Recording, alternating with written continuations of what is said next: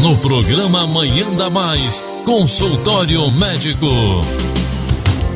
No verão, então, é comum usar pouca roupa, se expor um pouquinho mais, nós vamos para a praia, ficamos expostos ali ao sol, à areia, também, se você for para o campo, às vezes, né, alguma vegetação ali, e é recomendado usar aí óculos de sol, roupas frescas e também beber bastante água. E algumas doenças de pele, nesses momentos, são comuns, principalmente agora no verão. E nós recebemos hoje aqui ao vivo, nos estúdios da Rádio Mais, o doutor Ricardo Maldonado Zimmer, ele que é clínico geral, formado pela UFPR. E é sempre um prazer, doutor, te receber aqui no Manhã da Mais para falar sobre esses assuntos importantes de saúde. Então, bom dia, Bruna, bom dia aos ouvintes da Manhã da Mais, que bom poder voltar mais uma semana para a gente conversar sobre saúde e sobre um tema tão importante, né, que são as doenças de pele, as doenças causadas pelo verão. Isso mesmo. Então, já feliz 2022 para o senhor, que seja muito bom esse ano. E vamos então falar, a maioria das pessoas está na praia, está curtindo ali o verão, está exposto ao sol. E, doutor, quais são as doenças de pele que são mais comuns de aparecerem pelo verão, né, por causa do verão? Com certeza. Antes da gente entrar na questão das doenças, eu sempre gosto de dar um passo atrás para a gente explicar um pouquinho sobre o funcionamento, a anatomia do corpo humano. Então, agora no dia 21, a gente entrou no solstício de verão, né? Uma época em que o dia passa a ter maior duração em relação à noite, né? E agora a gente vai até o equinócio de outono com esse predomínio, um predomínio de alta exposição solar e um predomínio a altas temperaturas, né? E aí, nesse sentido, o nosso corpo, como ele interage muito com o meio ambiente, o órgão que mais sofre é aquele que fica fazendo a transição, que é a pele. Aí pode surgir aquela dúvida assim, doutor, mas a pele é um órgão? Sim, e é o nosso maior órgão. E por que a pele é um órgão? Por quê? Porque um órgão é um conjunto de diversos tecidos. Um tecido é um conjunto de diversas células, que é a nossa menor unidade funcional. Então, se a gente for analisar, a nossa pele ela é dividida em camadas, em estratos, né? A gente tem o tecido mais superficial, que é a epiderme, ela que faz a nossa sensibilidade com o meio externo, ela é sensível à radiação, é sensível à temperatura, é sensível à umidade, né? Quando a gente fica com frio, os nossos pelos eles ficam arrepiados numa tentativa de fazer uma camada de proteção, ou seja, a gente tem anexos a esse tecido, né? Os fânner, ou seja, os cílios, os pelos pubianos, os pelos do corpo, né? Abaixo da epiderme a gente tem a derme. Ali a gente começa a ter algum tipo de vascularização e inervação. Por quê? Porque acima a epiderme a gente tem um predomínio de uma proteína chamada queratina. E aí, por exemplo, quando a gente se queima no sol e tem aquela descamação, é excesso de queratina, que popularmente é chamado de células mortas que começam a descamar. A queratina também está presente nas unhas, né? Quando a gente corta a unha, a gente não sente dor. Por quê? Porque é só a proteína, a célula que originou essa proteína, ela já não existe mais. O cabelo é a mesma coisa, né? Quando a gente corta o cabelo, não sente dor. Por quê? Porque a matriz que produz a queratina está lá no fio, por isso que quando arranca o fio a gente sente dor, mas quando corta o cabelo a gente não tem problema nenhum e ele cresce depois. Quando a gente fala das doenças em si, a gente tem que primeiro pensar nessa questão da exposição. Então vamos imaginar, a gente no período de verão, com as férias, com o período de praia ou com o período de piscina, de campo, a gente fica muito mais exposto à radiação, né? A radiação que vem do sol ela é essencial para nos manter vivos, mas também ela pode ser nociva quando em excesso, né? A parcimônia ela tem que estar presente sempre. E nesse sentido, no período do dia das 11 até as 16 horas, é o período onde a gente tem a maior incidência de radiações, UVA e UVB, que são aquelas que a longo prazo são nocivas, que podem gerar os cânceres de pele. Mas a curto prazo, se a gente bobear, a gente acaba virando comparação com os moluscos ou com os legumes avermelhados, né? Poxa, vai para a piscina, vai para a praia, bobeia, não passa filtro solar e acaba virando um pimentão, um camarão, ou uma pimenta, né? Já aproveitando um gancho aqui, Bruna, quando a gente fala de filtro solar, sempre tem aquele número na frente do protetor que a gente fica assim, eu quero um fator 30, eu quero um fator 50. Eu acho interessante a gente utilizar esse tempinho para a gente explicar para o ouvinte e para quem está acompanhando também nas redes sociais, da onde que vem o número, né? Esse aquele número 30, 50. Né? E o que significa isso? Quando a gente fala em tonalidades de pele, a gente tem também uma proteína que dá a cor, que é a melanina. Pessoas com a pele mais clara, cabelo mais claro, olho mais claro, têm menor quantidade de melanina, né? Então, quando a gente fala da pele, a gente tem o fototipo 1, que é aquela pessoa ou ruiva ou albina, aquela muito branquinha. E conforme vai aumentando a produção e a permanência dessa melanina na pele, a gente vai tendo os fototipos mais escuros, sendo o último na classificação médica o fototipo 5. Quando a gente tem fototipos mais baixos ou pessoas mais claras, quando essa pessoa sai ao sol, a gente começa a contar em minutos quanto tempo essa pessoa começa a se queimar. Então vamos imaginar assim, poxa, saiu meio-dia e aí deu 1 minuto, eu já estou sentindo que a pele está queimando. Se eu uso um fator de proteção 30, eu vou multiplicar o tempo que eu começo a me queimar no sol vezes o fator de proteção, ou seja, a cada 30 minutos, para eu não me queimar, eu devo passar uma nova camada de filtro solar. Se eu quero uma exposição maior, para que eu não tenha que ficar passando o filtro solar a todo tempo, o que eu vou usar? Vou usar um filtro solar 50, vou usar um filtro solar 70. Né? Então, é importante a gente dizer que esse filtro solar ele tem um tempo de proteção que é muito particular de cada um. Talvez uma pessoa com mais melanina, ou seja, com a tonalidade da pele mais escura, naquele mesmo intervalo de tempo ela levaria 5 minutos para se queimar. Então, nesse sentido, um fator de proteção solar 30, em vez de proteger por 30 minutos, vai proteger por 150. Né? Então, é interessante a gente falar, porque às vezes a gente tem famílias dizendo assim, não, deixa o 50 para passar no rosto e o 30 passa no corpo. Querendo ou não, o fator 50 acaba sendo um pouco mais caro, a gente protege áreas mais nobres também. Né? Mas é importante ressaltar, para quem está escutando a gente, que isso é algo muito individual. Né? Que tem pessoas que às vezes a gente precisa passar mais, porque senão a gente pensa assim, nossa, mas eu passei protetor solar, como que eu me queimei? Justamente porque o sol, ao longo desses minutos, ele vai consumindo o tempo, né, a barreira de proteção que o filtro causou. Então não adianta passar aquela super camada em cima, deixar branco, porque ele é por tempo, então, ele vai proteger por tempo. Exatamente. E aí o reforço, né, para que acabe passando mais vezes durante o tempo de exposição. Né? A gente, claro, também orienta nesse período a proteção com chapéu, com boné. Afinal de contas, a gente faz uma barreira não química do filtro solar, mas uma barreira mecânica, né, contra essa exposição, a radiação. Os óculos escuros, enfim.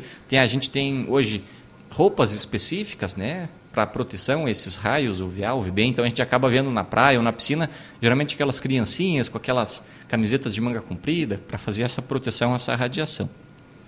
A gente tem que falar também dos cânceres de pele, né? Quando a gente fala de lesões de pele, a gente percebe assim, geralmente aquelas pessoas com a tonalidade mais clara da pele, aquelas pessoas que têm uma profissão que ao longo do tempo fez com que ela tivesse maior exposição ao sol, e a gente tem que procurar em áreas que têm maior exposição. Então vamos imaginar que a maior parte dos cânceres de pele são aqui em face, em regiões de colo, de pescoço, e dificilmente um câncer de pele ele vai aparecer, por exemplo, numa área que fica muito tempo escondida do sol. Então a gente tem essa correlação sim. A gente tem 2 siglas, que é o SEC, que é o carcinoma escamocelular, e o CBC, que é o basocelular, que são muito relacionados com a questão da exposição ao sol. E a gente tem o melanoma, que geralmente tem aquela cor mais escura, às custas da melanina, por isso o nome, né, o melanoma. E esse a gente tem que ficar de olho nessas pintas que a gente costuma ter e que de uma hora para outra elas começam a aumentar de tamanho, elas começam a sangrar, elas começam a coçar, coisa que antes não acontecia. Né? Então, nesse sentido, vale a pena o autoconhecimento, né? Conhecer o próprio corpo, e aí a qualquer alteração diferente, a gente procurar o médico. Então, qualquer pessoa, doutor, pode ter câncer de pele, independente da idade ou até mesmo do histórico familiar? Qualquer pessoa. Por quê? Porque o principal fator, principalmente para o SEC e o CBC, é a radiação do sol. Né? Então, vamos imaginar, tem gente que imagina que pessoas de tonalidade da pele negra que não possam ter. Claro que podem, é mais difícil. Por quê? Porque a melanina em excesso ali, proporcionalmente maior do que outros fototipos, ela é um fator de proteção. Mas, poxa, se a pessoa trabalha exposta ao sol ao longo de 20, 30 anos, ela tem risco sim. Tem risco sim. E sobre outras doenças também, é possível ter outras doenças de pele por exposição à sujeira, à areia, Claro. água do mar? Claro, com certeza. Eu acredito que a maior parte das pessoas que estão ouvindo a gente já ouviram falar do bicho geográfico, né? O bicho geográfico é um protozoário que acaba entrando pela pele e aí ao longo do trajeto ele vai depositando ovos, esses ovos eclodem, acabam produzindo novos filhotes que vão fazer todo o trajeto e aí acaba ficando uma vermelhidão às custas de uma reação inflamatória nesse trajeto e a gente olhando parece um mapa, né? Então nesse sentido vem o nome, o bicho geográfico. Para esses casos, a gente usa antiparasitários, né? O tiabendazol, o albendazol em algumas doses, né? E acaba eliminando o bicho. E de onde que vem? Às vezes de pisar com o pé descalço em areia que teve contaminação por alguma sujidade, fezes de algum animal, que ali está a origem da infecção ou da infestação. A gente tem que conversar também sobre fungos e micoses, né? Por quê? Porque quando a gente fala do mofo, né? O mofo é a matéria orgânica ocupada por fungo.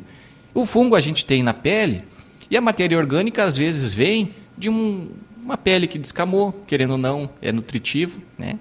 E o fungo ele gosta de ambientes quentes e úmidos, que são presentes quando a gente tem temperaturas mais elevadas, quando a gente tem um ritmo de chuvas maior, que é o caso do verão. Então vamos imaginar o pessoal que saiu da piscina e ficou com a sunga, ficou com o calção de banho, ou ficou com o maiô, o biquíni e não trocou. Tudo molhado. E aí ficou o dia inteiro, e aí entrou na piscina de novo, ou foi tomar mais um banho de mar.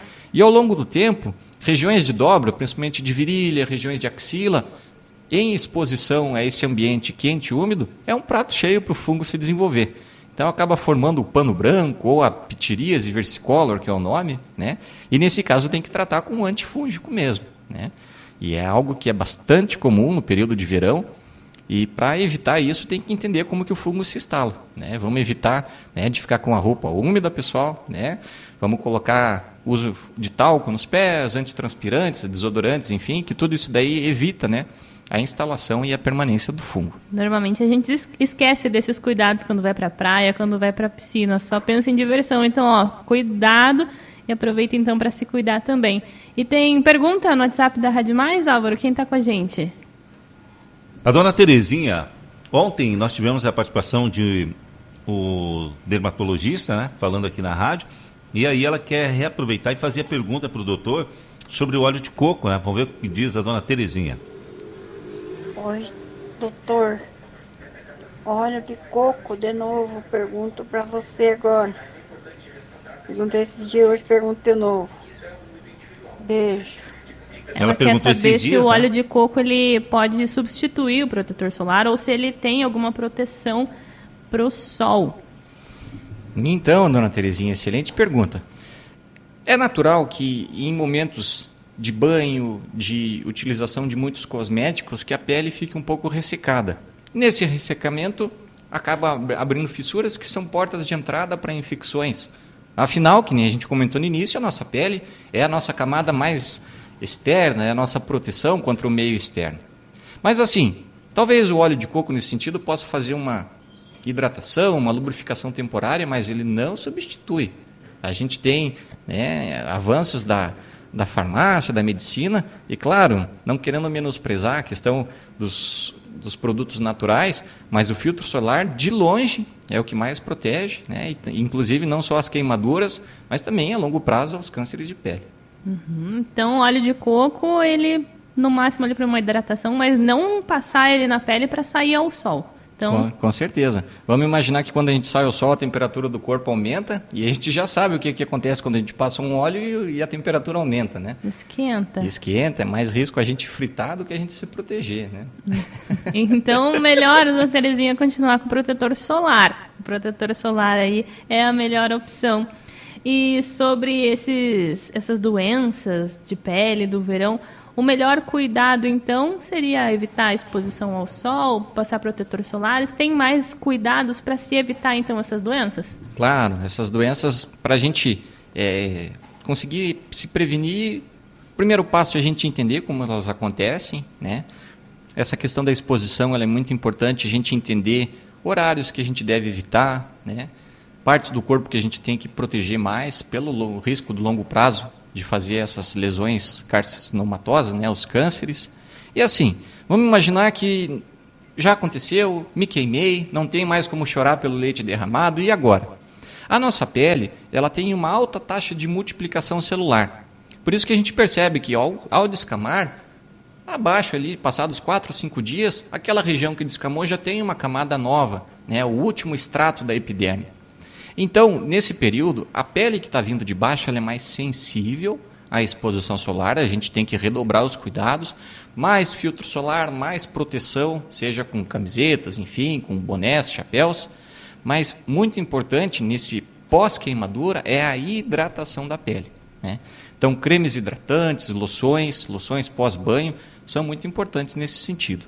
A gente tem que entender que naquela região onde foi feita a queimadura, ali eu tenho uma chance maior de fazer queimadura de novo, né? Por que queimou ali? Porque ali é uma região muito exposta, então geralmente quando o pessoal sai para a piscina, para a praia, a região do ombro, né, a região superficial, que querendo ou não fica mais em contato com um ângulo de incidência maior do sol. Então, além de tratar, eu tenho que entender se é ali que queimou, ali que vai queimar de novo. Então, ali que eu tenho que redobrar os cuidados. Ali que merece ali mais uma atenção, uma hidratação. Álvaro, chegou mais participação aqui para o doutor? Verônica Camargo. Diga lá, Verônica. Bom dia, doutor. Me chamo Verônica. Queria lhe fazer uma pergunta. Aquelas manchas que as senhoras de idade têm na mão, né? Muita gente se falava que antigamente não tinha protetor solar, então era do sol.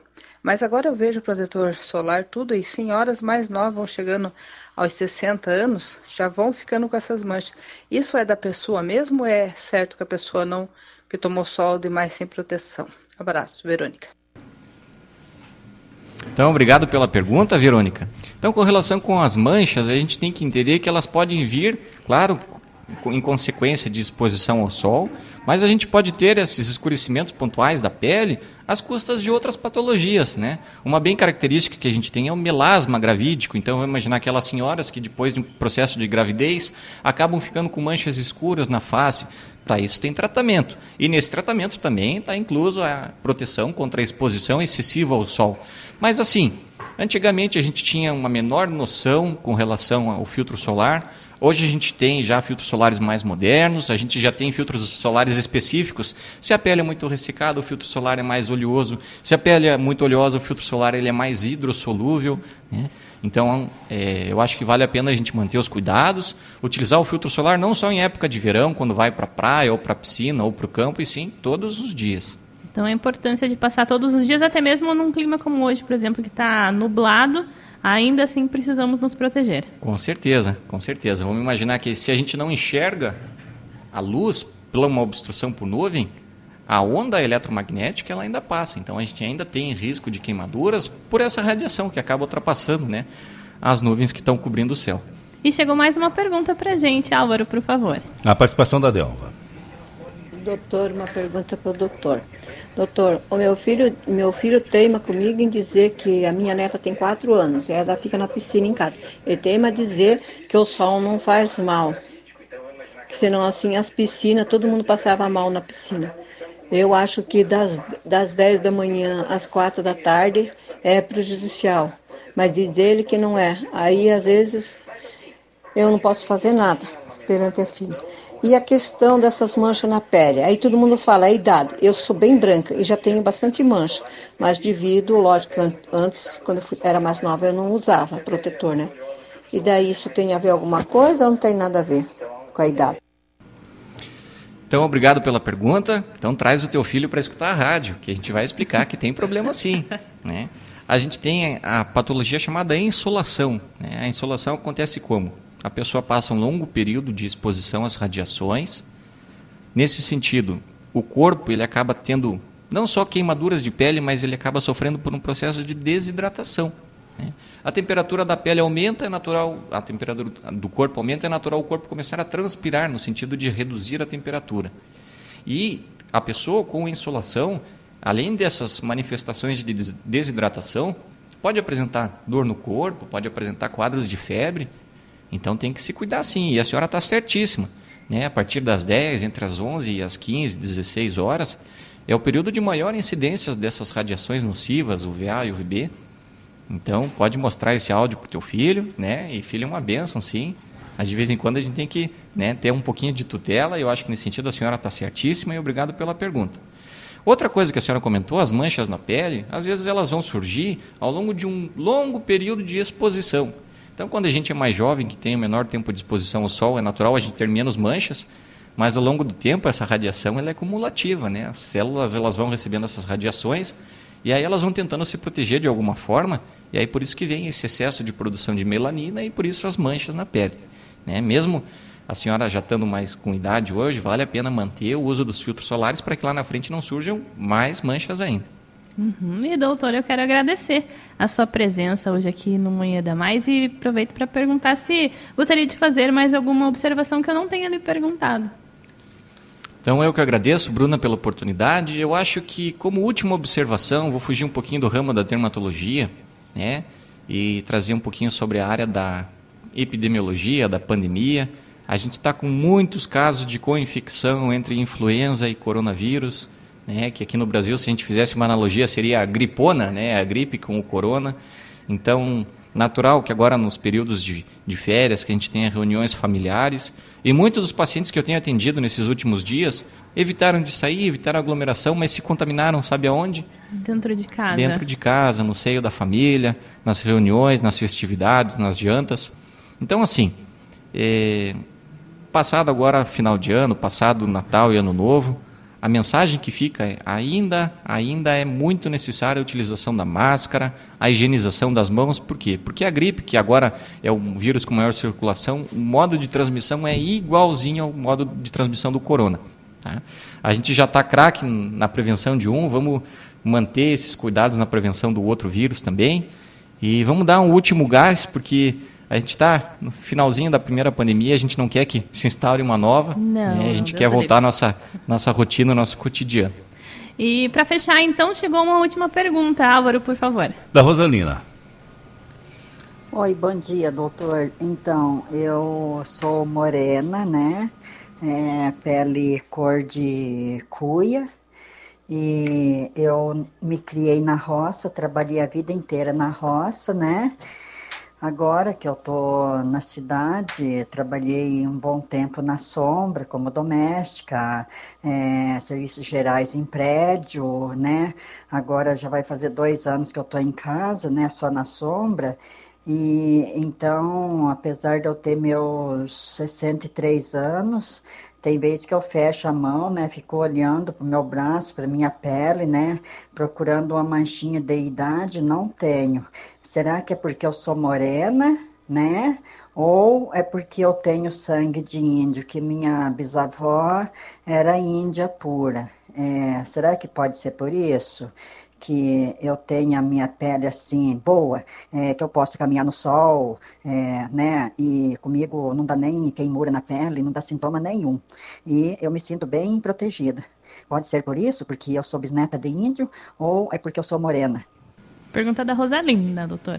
Tá certo, a dona Rosalina. Então, para quem está acompanhando a gente pelas redes, né, ela perguntou se, pelo fato de ela ter a pele mais escura, se isso é fator de proteção, pelo fato de, mesmo ela tendo trabalhado na roça, ela olhar para a pele dela hoje e achar poucas lesões, né, poucas manchas sugestivas, né, de lesões do sol. Então, claro que sim, dona Rosalina, a senhora, primeiro de tudo, é uma vencedora, né, trabalhou bastante na lavoura, está com 63 anos, agora trabalha na cidade, comentou que tem sangue de índio, né, então a senhora é uma brasileira de verdade, né, com os ancestrais tupi-guaranis. Então, muito obrigado pela pergunta, e a senhora é uma vencedora. E sim, a senhora tem muita razão, né? O fato da pele ser mais escura, a genética da senhora contribui para que tenha uma maior produção de melanina, a melanina que dá o tom escuro da pele, mas que também protege. Então, a senhora é rica por natureza, está bem protegida sim. E então, nessa pele mais escura, ela ganhou ali mais proteção, então precisa, às vezes, fazer algum exame só para identificar? Tem algum exame para as pessoas que realmente têm a pele mais escura, acabam não enxergando essas manchas? Então, assim, exames de rastreio, ou seja, se o paciente não tem sintoma nenhum, não tem exames. Mas, a partir do momento que a pessoa suspeite de alguma lesão, uma lesão que está crescendo, que está incomodando, nesse sentido, a gente faz o exame direto, né? Querendo ou não, a gente faz análise clínica, dependendo como for, às vezes tira um pedacinho e manda para anatomia patológica, que é a biópsia, que a gente conhece, e dependendo como for o resultado, a gente faz a exérese, retira a lesão, para que não venha a ter riscos no futuro. Bruna, só a título de curiosidade para o doutor, me ocorreu aqui, eu prestando atenção na entrevista e nas respostas do doutor, eu lembrei do braço de caminhoneiro, né? Eu tenho um braço de caminhoneiro. Sabe o que é braço de caminhoneiro, Bruna? Queima um lado Queima só um lado, né? Porque você fica com... Agora não muito, porque não pode. Agora é uma infração de regras de trânsito. Mas antigamente a gente tinha o hábito de escorar ali o braço na janela do carro, né? E queimava. Olhava para um braço, o outro branco, e o outro queimado, né? Isso é prejudicial também, né? Tem que passar ali um protetor, né? Com certeza. E não só os motoristas, né? Se a gente for analisar a pessoa que trabalha no dia a dia, né? Com exposição ao sol, a hora que ela tira a camiseta de manga curta, o que a gente percebe, né? Da manga para baixo queimado, da manga para cima tá com menos exposição, acaba queimando menos. E nesse sentido está certíssimo, né? Tem que usar filtro solar nessas áreas de grande exposição. O filtro solar tem que ser o nosso aliado no dia a dia, não só em época de final de ano, não só em época de verão. Mas a outro título de curiosidade, doutor, até foi abordado rapidamente em outras entrevistas aqui na rádio, a ação desse protetor solar no mar, por exemplo, né? Isso causa um outro dano, né? Por um lado protege a gente, mas por outro lado traz um dano nocivo aí ao ecossistema, né? É verdade. A gente já tem hoje filtros solares que eles têm uma absorção melhor, e aí nesse sentido, quando a pessoa passa o protetor, espera alguns minutos, alguns instantes, e aí entra na água... O organismo já absorveu. O organismo absorveu, ele fica ali onde ele tem que ficar, fazendo a proteção, né, nas células da epiderme, e aí acaba não se perdendo para o meio ambiente. Mas sim, se a gente não tomar esses cuidados, né, de esperar um tempinho entre passar a loção e entrar na água, acaba saindo, e aí com certeza acaba contaminando o ambiente. Tudo uma questão de cultura, de bom senso e de educação, né? E é verdade, é isso que a gente está fazendo aqui, né? Um pouquinho de educação, né? Para o pessoal que está acompanhando a gente se apropriar desse conhecimento e não repetir os mesmos erros. Daqui em diante, só erros inéditos, né? Obrigado, doutor. Eu quero agradecer a sua presença. Muito obrigada, doutor, por esclarecer sobre esse assunto tão importante. E, claro, né? Até a próxima, então, para esclarecer mais sobre outros assuntos. Um abraço. E essa entrevista você pode ouvir novamente no site da Rádio Mais, radiomaisdigital.com.br.